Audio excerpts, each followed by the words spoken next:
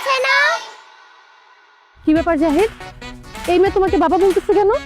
হ্যাঁ আমি জানি না, আমি কিভাবে বলবো, আমি তো এই মেয়েকে চিনি না। যাও যাও যাও যাও যাও। কি বললে বাবা, তুমি আমাকে চিনো না? ও হ্যাঁ, চিনতে পেরেছি।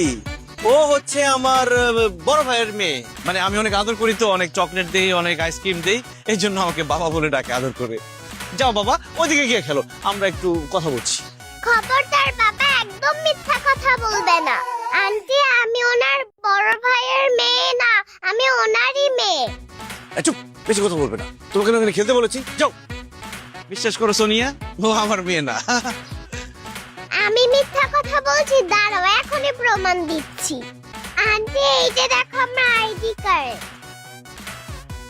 এখানে আমার বাবার নাম লেখা আছে। আরো প্রমাণ আছে, এই যে দেখো আমার বাবা মায়ের ছবি।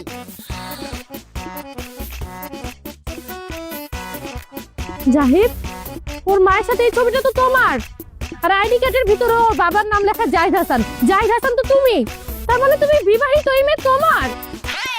হ্যাঁ, এই মেয়ে আমার, আমি ওর বাবা। কিন্তু বিশ্বাস করো, আমি একদম সিঙ্গেল, পিওর সিঙ্গেল। ফাজলামি করো তুমি আমার সাথে। এই মেয়ে তোমার মেয়ে হলে ওর মা তোমার বউ, আর যার বউ আছে সে সিঙ্গেল হয় কি করে? কিন্তু আমার বউ তো। চুপ! আর একটা কথা বলবে না। I hate you. অসভ্যই তোর ফালতু থাকার কত বড় সাহস! এত বড় একটা মেয়ে থাকতে সে বলে সে নাকি সিঙ্গেল। খবরদার, আজকের পর থেকে আমাকে কোনোদিন ফোন দিবি না, আমাকে কোনোদিন মেসেজ দিবি না। যদি দেশ তোরে আমি জুতো দিয়ে পিটাবো।